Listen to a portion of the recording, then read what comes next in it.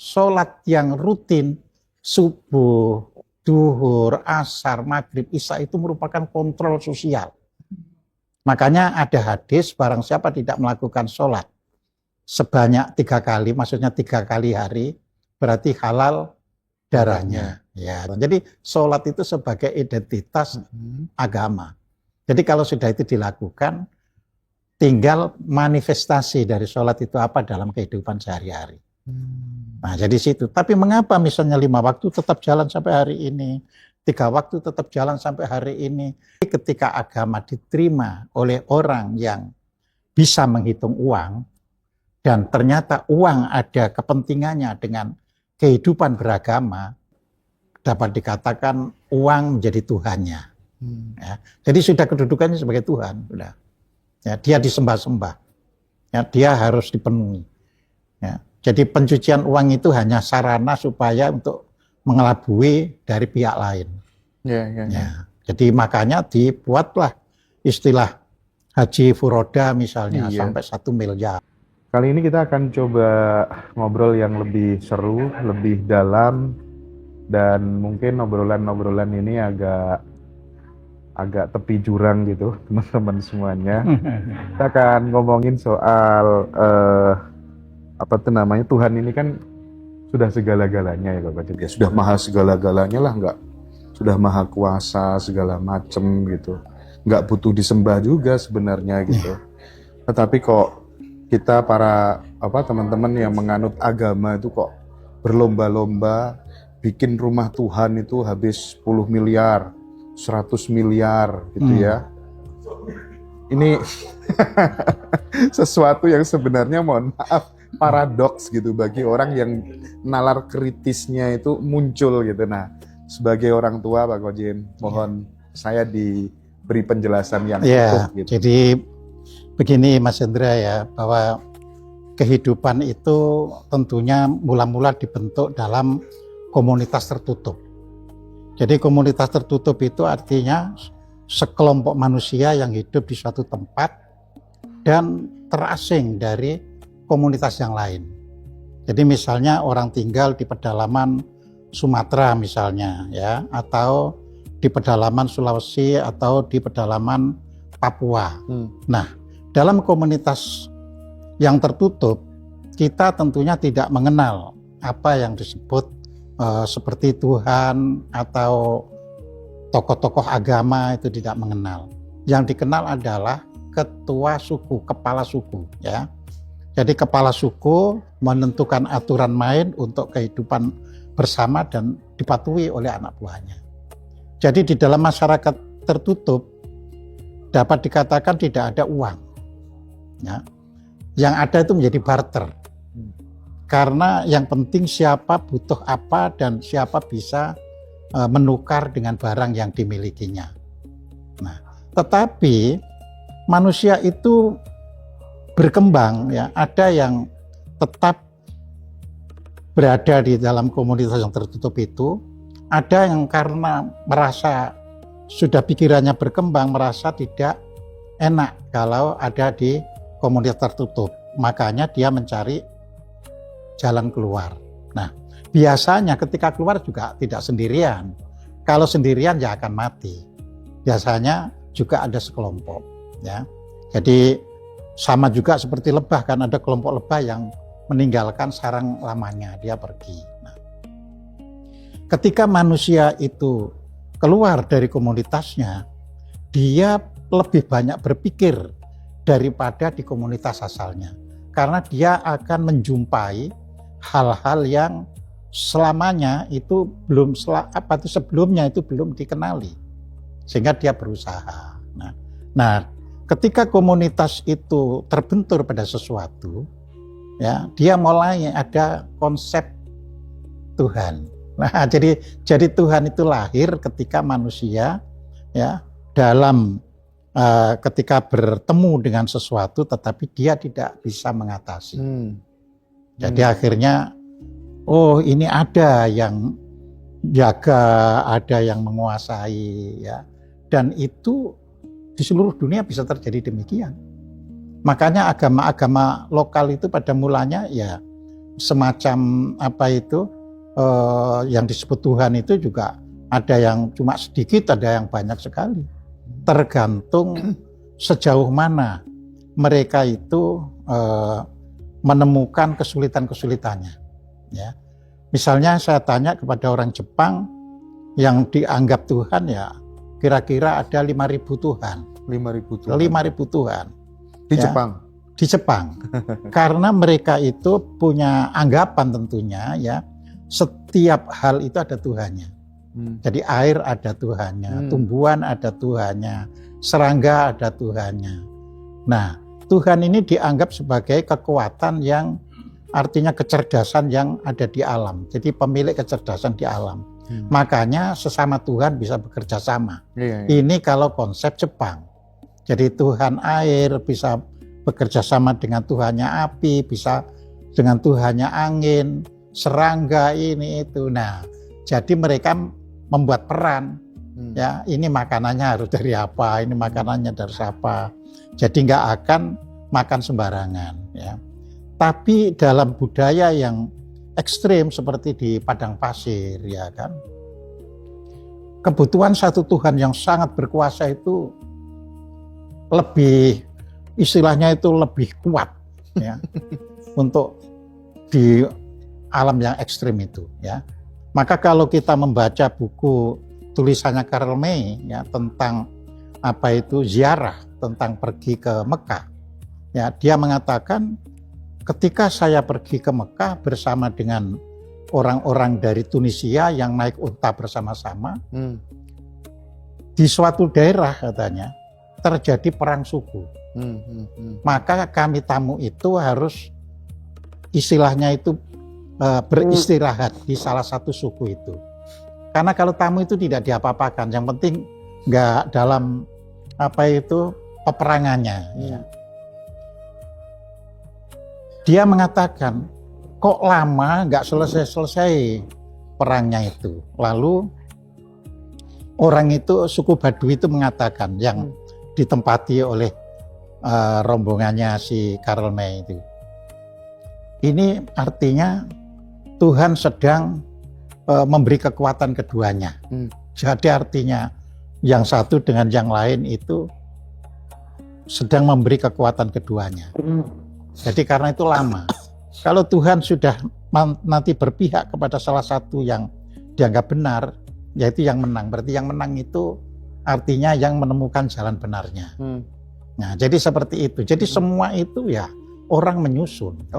Ya, menyusun konsep ketuhanannya. Termasuk ide membangun rumah megah-megahan gitu ya. Terus kalau ada Tuhan kan orang butuh ini, atasan itu butuh ke bawah itu butuh kepatuhan. Betul. Ya, membutuhkan kepatuhan. Nah, kepatuhan itu harus ada simbol-simbol. Ya, makanya ada dalil terkenal yang salah satu golongan menggunakan itu apa, la islama illa bil jamaah. Iya, tidak ada Islam kecuali ada jamaah atau hidup berjamaah. La jamaah illa bi amir, ya. Tidak ada jamaah itu kecuali ada amirnya. Wala amiro illa bil bai'ah. Bai'at. Jadi tidak ada amir itu kalau tidak ada bai'ah atau ikatan atau perjanjian, ya. Nah, tapi tidak ada bai'ah itu, ya, la bai'ata illa bi ta'at. Kecuali ada ketaatan. Harus taat. Ketaatan itu harus diwujudkan dengan simbol-simbol. Nah, itu nggak mungkin kan orang taat apa, kan nggak bisa. Nah, di antaranya adalah simbol rumah Tuhan. Di antaranya. Ya. Di antaranya. Tapi kalau sekarang itu ya, kan rame ya Pak ya, marak isu konspirasi dan lain-lain gitu ya. Setelah mendengar kajian-kajian Pak Kojem dan teman-teman guru-guru spiritual universal yang lain, waduh, kayaknya memang sangat besar kemungkinan konspirasi itu juga terjadi di agama gitu ya Pak ya. Iya, jadi gini, kata-kata konspirasi itu kan dari kata kon, ya kan, dan spirasi, artinya ada pemikiran yang bekerja bersama, ya. Jadi siapa yang bisa berkonspirasi awal ya tentunya kalangan yang sudah membentuk jamaah, ya, supaya tidak terpecah misalnya, ya kan, ya kita atur aja demikian. Nah, jadi seperti itu. Jadi itu bisa diperluas menjadi tingkat dunia tentunya, ya, karena ada orang-orang yang istilahnya kalau sekarang itu secara hitungan aset paling kaya, jadi dia bisa kan ketemu bareng. Ya. Ini kita punya aset atau punya kekayaan ini kalau sampai properti kita itu rusak karena negara ini, wah kita rugi. Maka kita harus bersatu mengatur. Ya diantaranya misalnya mereka atur ya demi ya kan supaya yang namanya itu ekonomi itu tidak mandek. Kan gini Mas, ekonomi ini kan bisa menjadi bubble ekonomi kalau tidak ada hal-hal yang baru. Ya, mengapa bubble ekonomi? Karena pada mulanya ekonomi itu berkaitan dengan produksi pada mulanya. Tapi dalam perkembangannya ekonomi tidak berkaitan dengan produksi, tapi dengan nilai-nilai saham yang diciptakan. Ya ini kan nggak ada hubungannya dengan produksi. Ya, jadi akhirnya nilai uang itu berkembang banyak, tapi sebenarnya produksinya kurang. Nah ini kalau produksi kurang ini ya tidak diatur dengan cara lain, ya ini akan meruntuhkan semuanya. Ya. Tapi meruntuhkan secara itu kan rugi semuanya. Jadi harus diatur. Ya biar yang runtuh itu ya negara-negara yang tidak maju saja. Yang sudah mulai bangkit, ambruk lagi. Maka diciptakanlah misalnya adanya COVID. Ya. Walaupun sebenarnya orang belum tahu COVID itu bisa mematikan atau tidak. Ya kan? Tapi kan ketika mempengaruhi psikologi manusia, ketika psikologi manusia itu menganggap itu sebagai sesuatu yang membahayakan dirinya, terus dia lemah, sakit. Ya.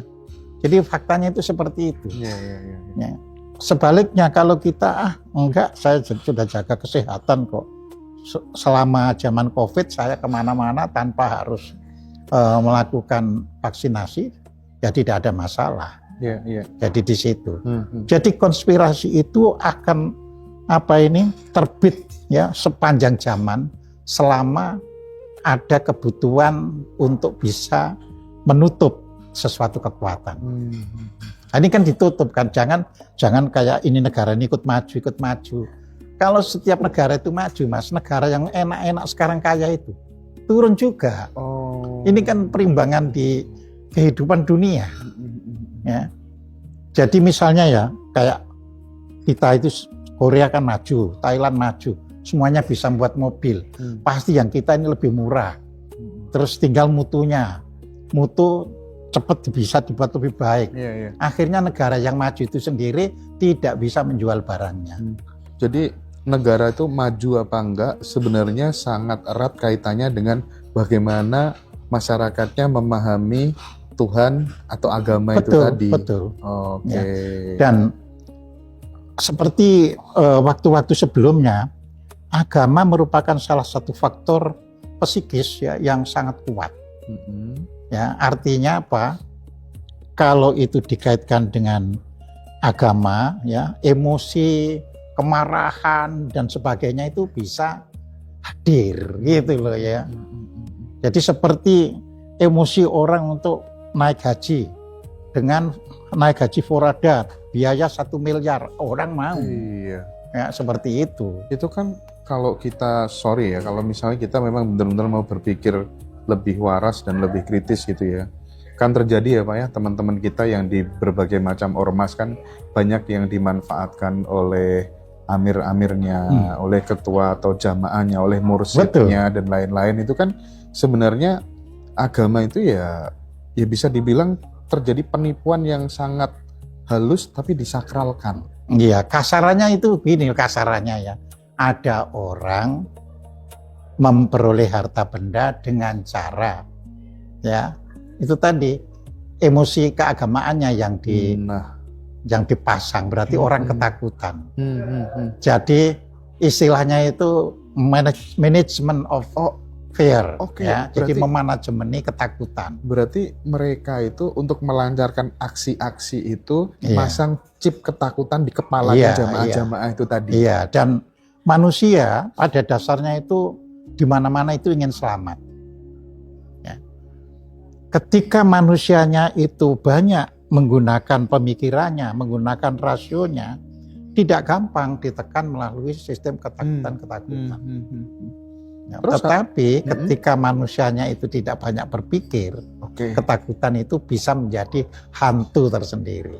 Artinya ketika kemudian seseorang ingin mencabut chip yang udah dipasang sama mursyid, sama kiai, sama siapapun ya, tokoh agama tertentu yang ingin memanfaatkan mereka, hal pertama yang harus dilakukan apa dulu dong? Karena kan nggak semuanya orang terus muncul nalar kritisnya untuk berpikir gitu kan. Justru malah ini kayaknya yang paling bener deh, yang paling cepat masukkan aku ke surga deh. Nah itu gimana biar mereka bisa bebas, bisa merdeka itu? Iya bisa. Jadi masih ingat kan zaman Orba ya, masih ingat ya. Di zaman Orba ekonomi itu kan mulai ditata. Ini ada hubungan ketika ekonomi itu naik, ya maka emosi keagamaan itu menurun. Oke. Ya. Tapi Oke. ketika Oh, ekonomi iya, mulai iya. agak bergelombang, emosi keagamaan itu naik. Ya. Nah, sejak reformasi sampai sekarang itu kan ekonomi nggak pernah kelihatan naik terus begitu. Enggak, artinya Pak Kojem juga membenarkan bahwa makin miskin seseorang makin mudah dibohongi gitu. Loh maksudnya? iya memang, Oh, oke. memang semakin miskin, semakin kurang Mudah terdidik, dikontrol, ya, itu gampang dibohongi. Ya, jadi di situ. Oh. Atau orang yang punya kemauan kuat, ya, tetapi dia sendiri tidak memiliki pengetahuan. Jadi kemauannya kuat tapi tidak memiliki pengetahuan. Ya. Jadi kemauan untuk menjadi penguasa kuat tapi tidak memiliki pengetahuan. Jadi kalau misalnya dunia ini negaramu diserang Covid ya akan nurut. Ya, yang jadi menteri, yang jadi anu itu akan nurut Iya. semuanya. Jadi di situ. Bahkan rumah Tuhan pun ditutup waktu Ditutup. COVID gitu. Iya. Jadi seperti itu. Karena yang jaga rumah nggak bisa ngelindungin Betul. warga. Ya. Nah, betul kan terawehan menjadi tidak ada misalnya bagi yang Islam. Ya. Yang mingguan juga begitu agak longgar. Jadi seperti itu. Dan itu akan bekerja terus ya. Kecuali ada perubahan di dunia. Ya, ini kan butuh perubahan kan. Yang mana perubahan ini bisa membongkar ya hal-hal yang sebenarnya pseudo atau kepalsuan yang sekarang ini sedang bekerja. Jadi Pak, tapi kalau dari kasus COVID itu tadi ya Iya. Pak ya, jelas-jelas rumah Tuhan betul ya. ditutup Jadi gitu ya. kita juga bisa ngambil contoh lain, Mas. Kenapa kita tidak merdeka-merdeka misalnya sejak tahun 1600-an? Karena tidak muncul orang yang berani mengatakan ini keliru. Ya. Nah, ketika orang mulai sadar satu dua, misalnya ada Bung Karno, ada Bung Hatta, lalu ada momen kan, yaitu Jepang di bom atom. Ya. Nah, itu bisa berubah. Ya. Kayak sekarang ini ya, kita kan nggak lepas dari Amerika Serikat sekarang ini, ya kan? Karena kuatnya negara Amerika itu.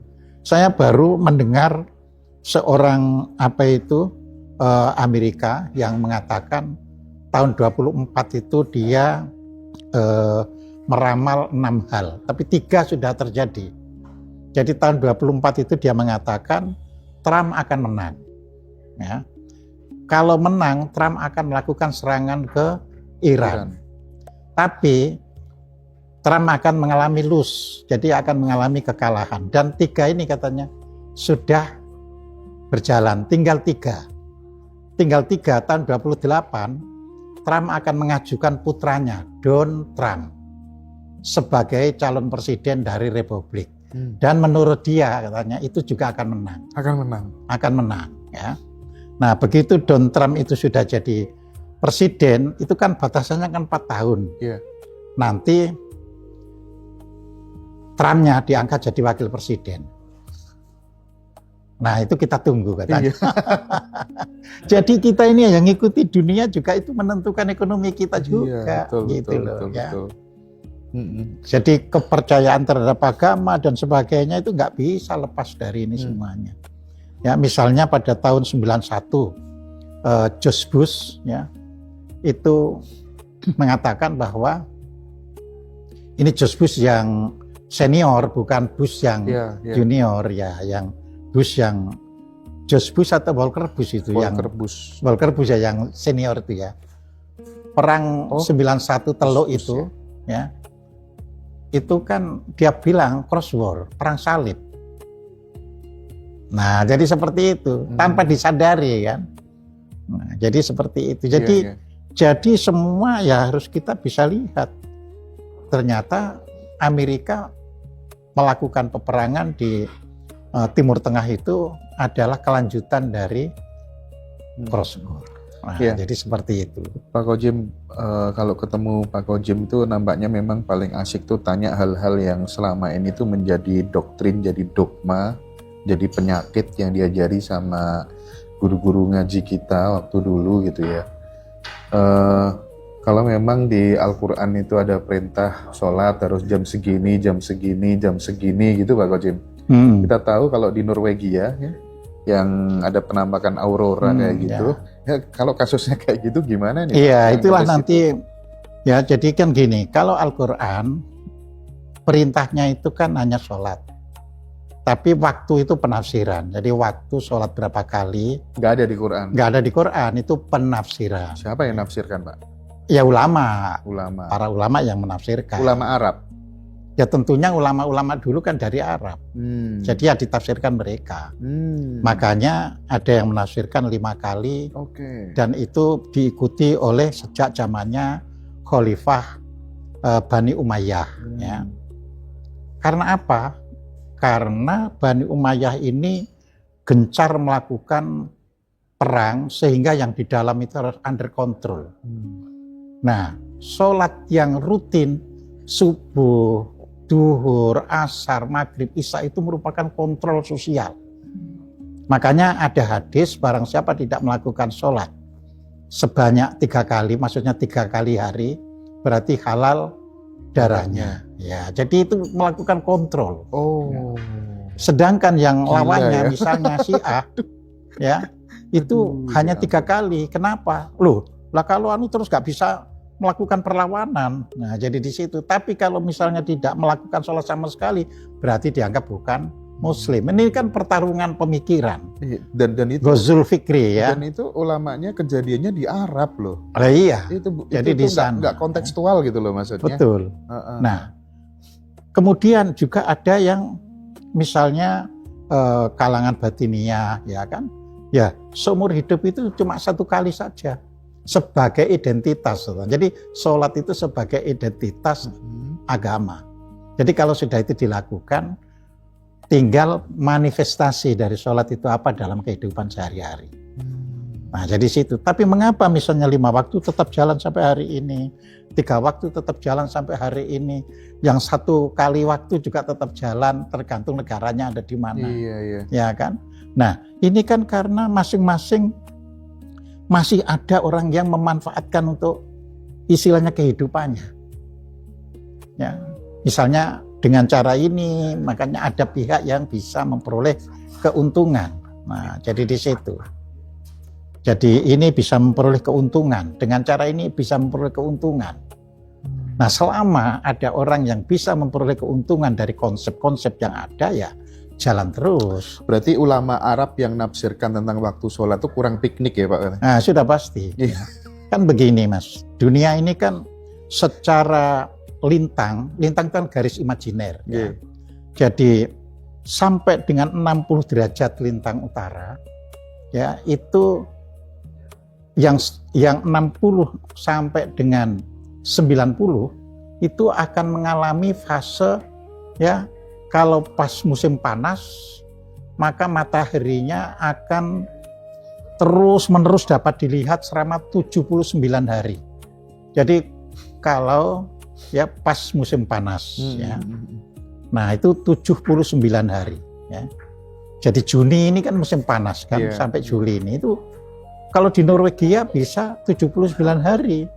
Nah, di sana justru dalam kondisi begini bisa melihat, nggak bisa melihat aurora. Iya, iya, iya. Tapi nanti kalau musim dingin, itu ada 70 hari tidak pernah ada matahari terlihat.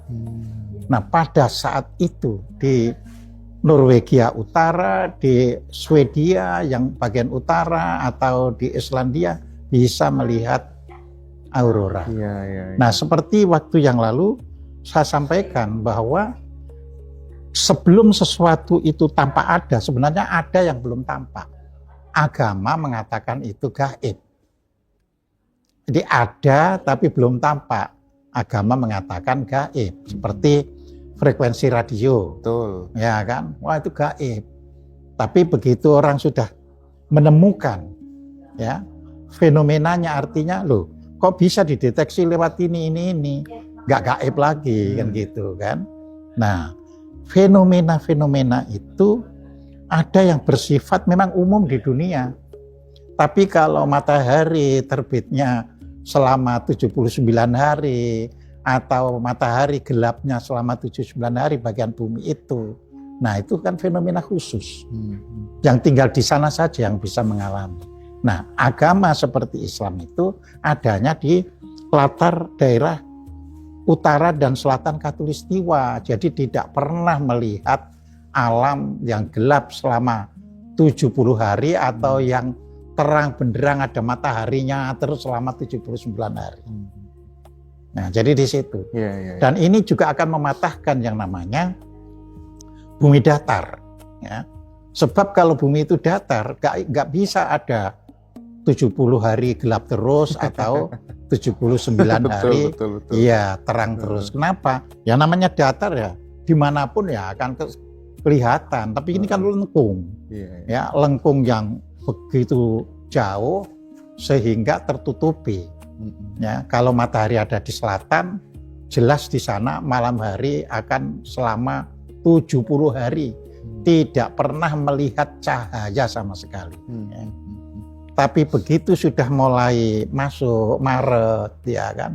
Nah, matahari akan terlihat terus.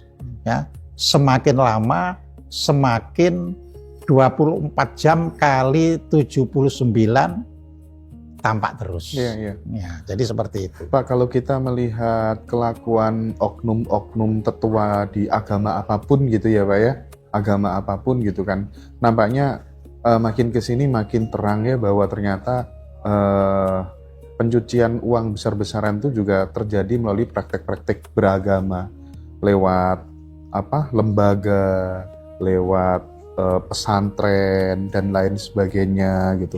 Itu terjadi di mana-mana gitu.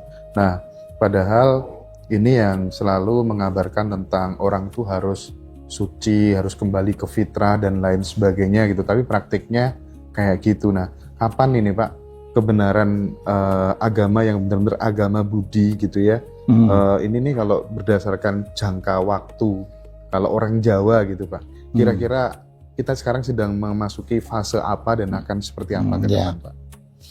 Jadi begini ya, jadi agama ketika belum berkaitan dengan kehidupan komersial, ya, itu belum ada pencucian uang. Ya, jadi masih ada rasa takut kalau melawan ya dibunuh karena dianggap itu melanggar aturan. Jadi pembunuhan itu dianggap itu siksaan dari Tuhan, ya kan. Jadi seperti itu.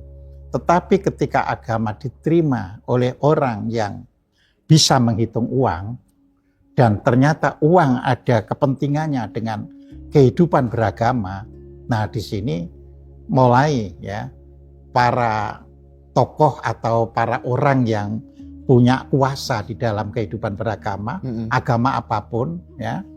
Nah, itu bisa istilahnya menarik uang sebanyak-banyaknya dari kehidupan sosial anak buahnya atau kaumnya ya, atau jamaahnya untuk kepentingan segelintir yang ada di atas itu. Ya.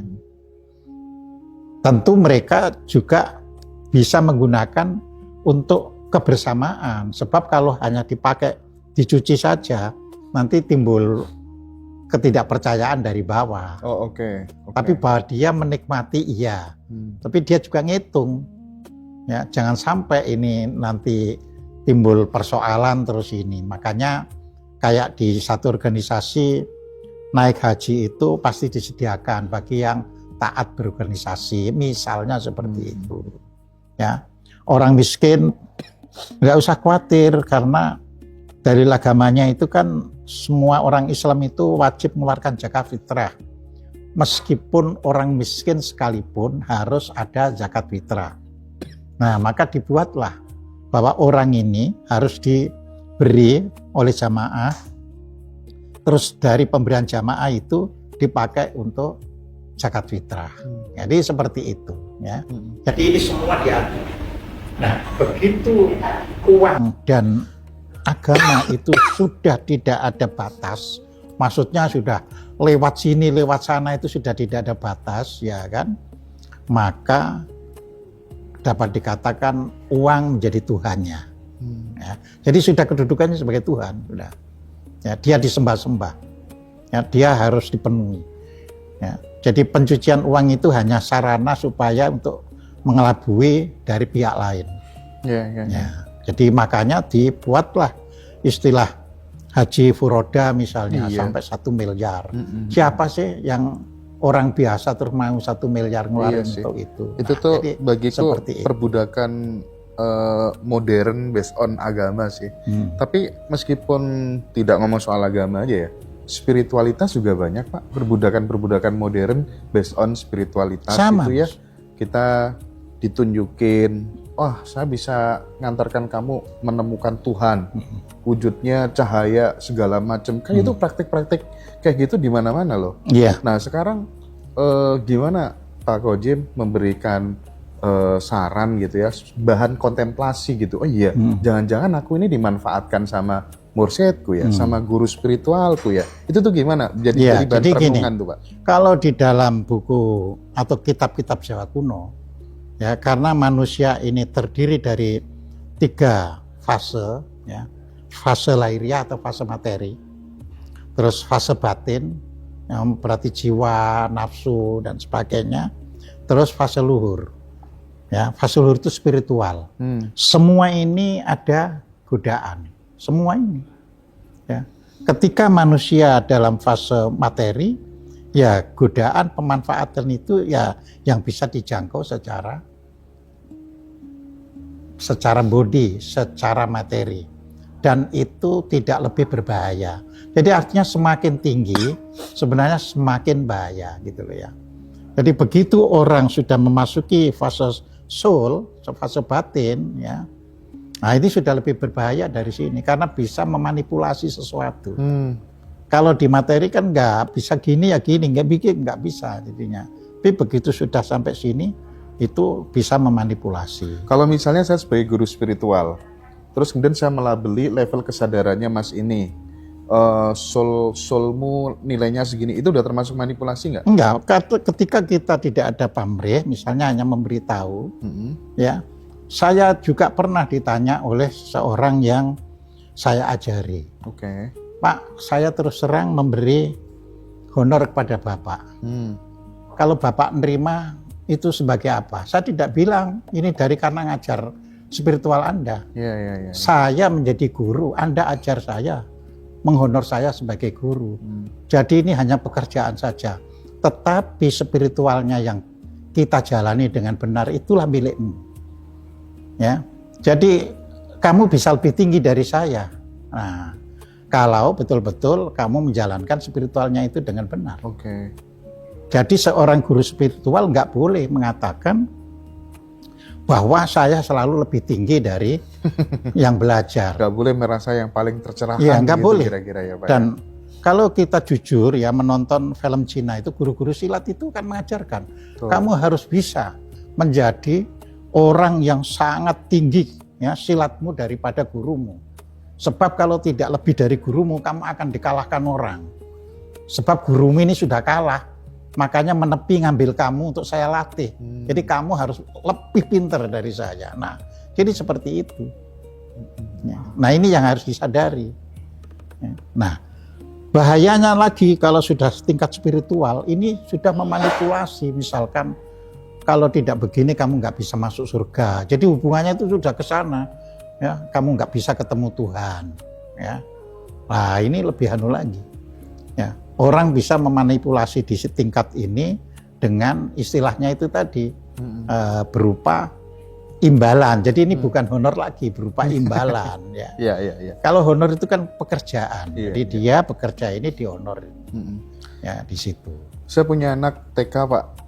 Kalau disuruh pakai jilbab sekolah gitu, dia tanya, kenapa harus pakai jilbab? Disuruh Tuhan. Apa kaitannya jilbab sama Tuhan gitu? Saya nggak bisa jawab. Gimana nih? Orang beragama, khususnya yang muslim, yang muslimah gitu ya, diwajibkan pakai jilbab. Iya, Kaitannya ya jilbab harus sama dikembalikan Tuhan. seperti saya sampaikan ya. Agama Islam ini kan datang dari Arab. Dan di Arab itu dulu juga perintah jilbab itu setelah di Madinah. Bukan ketika di Mekah. Ini artinya ada proses sosial ya. Jadi ketika di Madinah masih banyak orang yang berperilaku seperti di Mekah. Jadi historisnya itu ada orang tidak berjilbab dicolek. Iya. Oh. Ya kan? Sehingga si perempuan ini mengadu kepada Rasulullah, ya kan? Aku dicolek, ya. Orang itu dipanggil, kenapa kamu colek? Ya, saya pikir kan dia orang biasa, ya, orang yang bisa dicolek, bisa dia gitu kan. Nah, maka pada surat Al-Ahzab ayat 59 itu harus dijilbabi. Jadi itu sebagai identitas. Makanya di situ dikatakan supaya kamu dikenal dan tidak diganggu.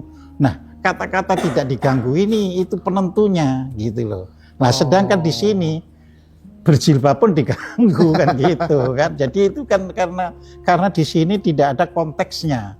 Lah di sana ada konteksnya. Nggak sesuai konteks dong berarti Pak ya? Iya memang sesuai Nggak konteks di sini. saja. Nggak, maksudnya kan nggak sesuai sama yang di Betul, sini. misalnya di negara-negara yang ya tidak ada pemerkosaan.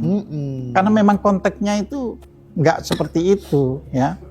Jadi misalkan ya nggak usah jauh-jauh, misalkan di negara apa itu di daerah saja yang masih tertutup, ya nggak ada itu pemerkosaan itu. Yang masih tertutup loh ya. Iya. Ya, karena gak ada kepentingan untuk ini nanti ribut kan yang ditata ini kalau masih tertutup itu. Ya. Nah, tapi di daerah yang sudah maju, yang sudah deklar juga nggak ada yang berani memperkosa. Misalnya yang hidup di New City. New City itu 100 km selatan kota Paris. Ya, masuk kota itu berarti harus menanggalkan seluruh pakaian. Masuk kota itu. Jadi ada penitipannya di luar untuk masuk kota itu. Ya. Jadi kalau nggak ingin kota itu ya nggak bisa kalau nggak meninggalkan. Tapi kan akhirnya semuanya menyesuaikan. Jadi di situ ya adaptasi. yang jualan di restoran, yang apa semuanya telanjang. Ya termasuk orang yang apa ini berjalan. Nah, nudis itu ini bisa kita lihat ya secara apa ini YouTube tapi menggunakan identitas kita. Nah, orang kan kadang-kadang nggak berani, ya, menggunakan identitas kita, terus dimasukkan di situ lewat Google-nya, baru bisa dibuka. Apa tadi Ludicete? Apa namanya? Kota? Nudis City. Nudis City. Iya, Nudis City. NUDES City. Oke. Ya, jadi seperti itu. Ya, jadi kita bisa nama menggunakan Yahoo, ya kan? Nama bisa di itu, tapi apa ini nomor KTP ya dimasukkan. Tapi nama mereka memang minta nggak usah harus nama anu. Iya. Ya karena nomor KTP itu bukti nanti anunya kan. Ya. Oh orang ini betul-betul menonton. Jadi gitu. Nudis City. Ya. Jadi itu bisa kita ya, nonton itu. Ya. Jadi disinilah kita, ada ya ternyata kota semacam gini. Nah, jadi itu betul. Nggak boleh berpakaian. Nggak boleh berpakaian. Ya, kita bisa melihat lalu lalang itu orang beli minuman, orang beli semuanya, yang jualan, yang beli. Sama sekali nggak ada Sama pakaian. sekali. Seperti itu. Tapi tidak ada perkosaan. Oh, nggak ada perkosaan. Juga tidak Karena ada orang udah adaptasi, Pak. ya, juga tidak ada orang melakukan hubungan seksual di jalan. Oh. Ya, dia juga menyediakan hotel untuk tidur Oh. Jadi kalau yang di jalan itu ya seperti hewan lagi berjalan kita aja nggak ada ini kan gitu kan. Ya, nah itu bagaimanapun itu ada di Perancis dan Perancis itu negara maju. Iya. Jadi pasti suatu saat akan mempengaruhi. Loh itu negara itu bisa. Nah, akhirnya kan berkembang. Oh, iya, Dan bisa saja manusia itu kembali ya berpikiran, oh bebas itu ternyata enak. Ini teman-teman Misalkan. udah siap-siap searching semua, Pak. Ya, jadi seperti itu gitu loh ya. Bolak wali ing jaman. Bolak wali ing Ya, jaman. jadi seperti itu. Terakhir Pak Kojem ya, kita kalau ngomong misalnya umat Islam rata-rata percaya bahwa eksistensi Adam dan Hawa itu emang benar-benar real sebagai manusia pertama katanya ya. Tapi kalau emang itu benar-benar nyata, kenapa Islam juga mengharamkan pernikahan sedarah? Ya, yang pertama harus gini kan, eksistensi Adam dan Hawa itu kan kepercayaan itu dulu. Oke, kepercayaan. Kepercayaan dan itu hanya ada di dalam agama Yahudi, agama Nasrani dan agama Islam. Di luar itu ya tidak ada. Oke. Ya, tidak ada. Nah, kalau masalah kenapa sedarah kok tidak boleh ya, Al-Qur'an itu ada kecuali zaman dahulu. Jadi artinya itu Al-Qur'an sendiri itu memberikan suatu proses pemikiran. Jadi misalkan ya seorang orang tua tidak boleh mengawini anaknya kecuali yang telah terjadi pada masa lampau.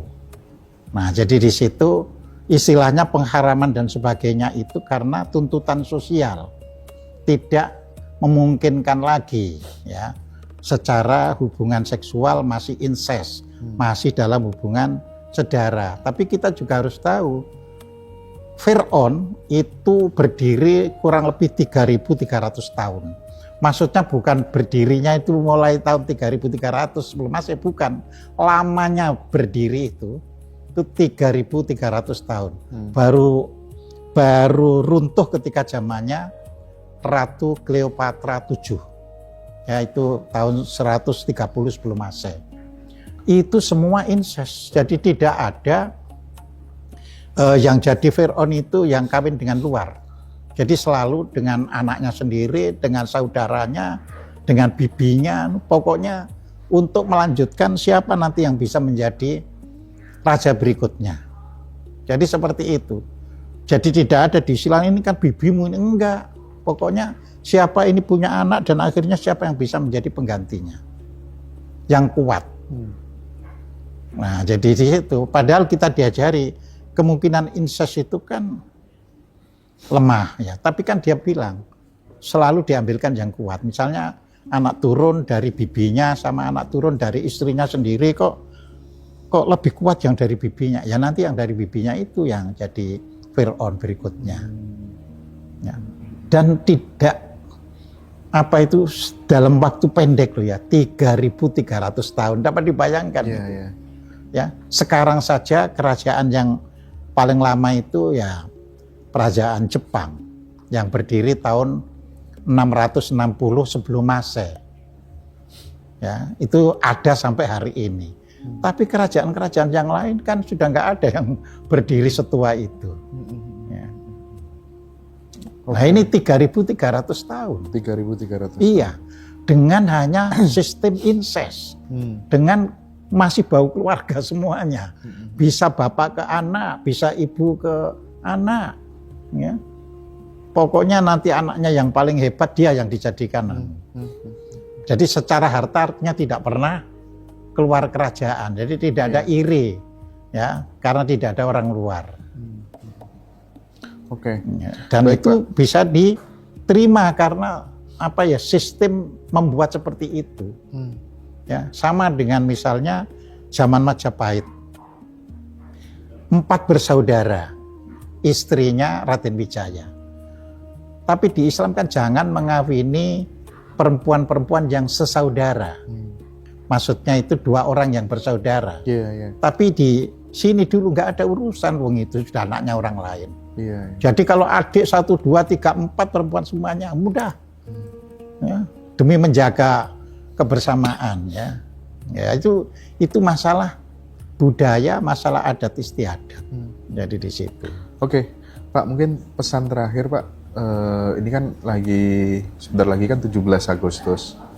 Rame isunya bakal ada demo besar-besaran sampai mal-mal besar dipager-pageri gitu kan ya. Pesannya Pak Kojem apa sih buat teman-teman semuanya biar nggak gampang terprovokasi kayak gitu, Pak? Karena nanti kalau chaos kan ya yang rugi juga kita sendiri gitu. Gimana, Pak? Ya, jadi mengenai saat ini ya untuk menghadapi 17 Agustus memang secara kondisi sosial saya kalau lewat di jalan raya sekarang ini ya lebih sepi daripada sebelumnya ya. Entah sepi ini karena duitnya orang-orang kecil itu sudah nggak ada ya kan. Ya tapi yang jelas menjadi lebih sepi. Nah, kondisi yang demikian itu kalau tidak hati-hati, kalau kena provokasi itu bisa terjadi huru-hara. Tapi yang perlu kita pahami, huru-hara itu dari pengalaman yang ada tidak lebih baik daripada kondisi yang sebelumnya. Ya. Oke. Jadi misalnya ketika benar. 98 terjadi huru-hara banyak, ini dibakar mal, dibakar kan tidak terus langsung lebih baik. Nah, kondisi sekarang berbeda dengan 98. Kalau 98 itu asalnya itu kondisinya sudah baik, terus jelet dipotong lewat huru-hara. Tapi kalau sekarang ini kan kondisinya sudah lemah. Ya. Kita bisa melihat di jalan misalnya bagaimana orang beli mobil itu tidak sebanyak sebelum tahun 2010-an lah ya. Jadi sekarang itu sudah jarang ya. Jadi orang beli mobil jarang lah, itu pertanda apa? Kelas menengah semakin turun ya. Nah, kelas menengah itu ukurannya kan kendaraan. Jadi kalau dia bisa beli mobil, ya, ada rumah kelas menengah. Nah, ini semakin turun. Begitu semakin turun, ya, emosi itu tinggi. Ya. Nah, tapi kita selalu harapkan untuk dalam kondisi yang demikian itu bisa menahan diri. Terus berpikir bagaimana akhirnya bisa mendorong pemerintah ya bisa membuat kebijakan-kebijakan yang bisa menguntungkan seluruh rakyat. Jadi itu yang kita tekankan. Kitanya sendiri ya harus menjaga diri, harus waspada, tidak termakan, tidak terprovokasi. Kudu eling lan waspada. Eling lan waspada. Iya sih. Pesan-pesan leluhur kita itu tak lekang oleh waktu sebenarnya ya Pak ya. Cuman jarang kita sadari ternyata ada makna filosofis yang luar biasa dari pesan-pesan luar biasa itu, gitu ya. Makanya saya itu sambil saya cuplii ya dari kitab-kitab kuno itu karena banyak sekali nilai-nilai ya, kearifan-kearifan yang bisa kita pegang. Dan nggak semua orang bisa membreakdown itu. Betul, nggak semua orang bisa breakdown itu. Pak Kojem, terima kasih banyak atas Sami. waktunya, sudah memberi banyak pencerahan buat